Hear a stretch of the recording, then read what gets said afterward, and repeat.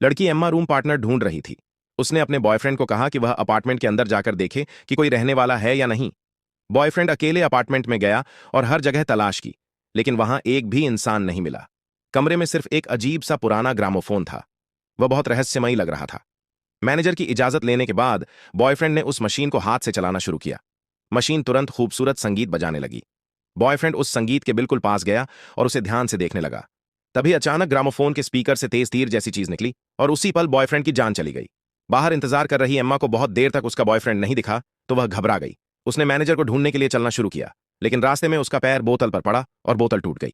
आवाज सुनकर मैनेजर बाहर आ गया, लेकिन एम्मा ने मौका मिलते ही चुपके से उसके पीछे से निकलकर अपार्टमेंट में प्रवेश कर लिया।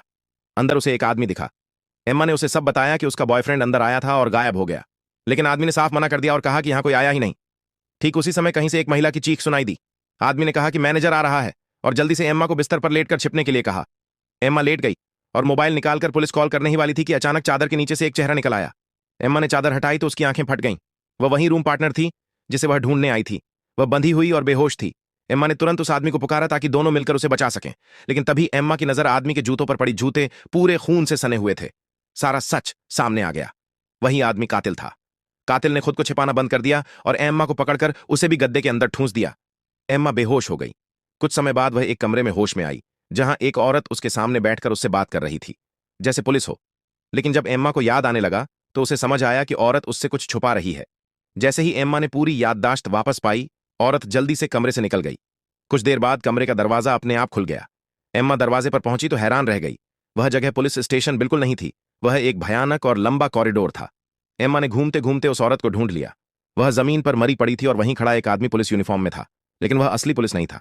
वह वही पागल लड़का था जो बचपन में उससे गलत हरकतें करता था और उसे तंग किया करता था। एम्मा को बंद करके उस कमरे में ले जाया गया जहां उसके बचपन के दो दोस्त भी थे। उनकी त्वचा रस्सियों के खिंचाव से भयानक दिख रही थी। फिर वहीं साइको लड़का आया और एक दोस्त की जान छीन ली और हंसकर बोला कि यह सब सिर्फ एक खेल है।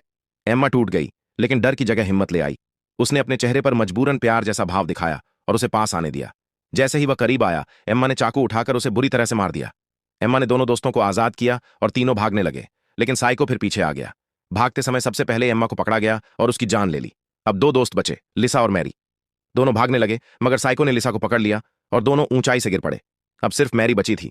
मैरी ने सोचा कि वह बच गई है, लेकिन अचानक लिफ्ट चलने लगी और उसे पता चल गया कि साइको अभी भी जिंदा है। वह डरते हुए आगे भागी और एक कमरे में घुसकर खुद को बंद कर लिया। बाहर कार का इंजन चालू होने की आवाज आई। मैरी ने खिड़की से नीचे देखा। साइको उसे घूर रहा था। वह भागना चाहती थी, लेकिन दरवाजा फंसा हुआ था। कुछ ही क्षणों में समझ आया कि वह पूरी की पूरी कमरे सहित कार के कंटेनर में बंद है। कार दूर तक चली, लेकिन रास्ते